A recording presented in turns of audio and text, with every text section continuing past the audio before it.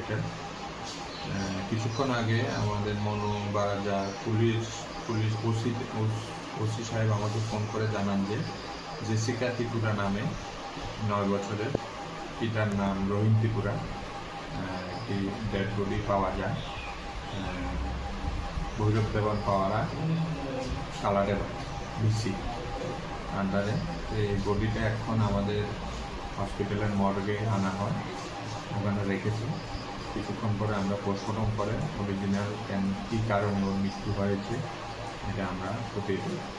এর জন্য আমাদের এসডিএমও সাবজুমের তরফ থেকে একটি medical team, specialist forensic medical team of ডক্টরের একটা টিম গঠন করে দেওয়া হবে, যাতে করে এটা সুস্থ কারণ জানা যায়।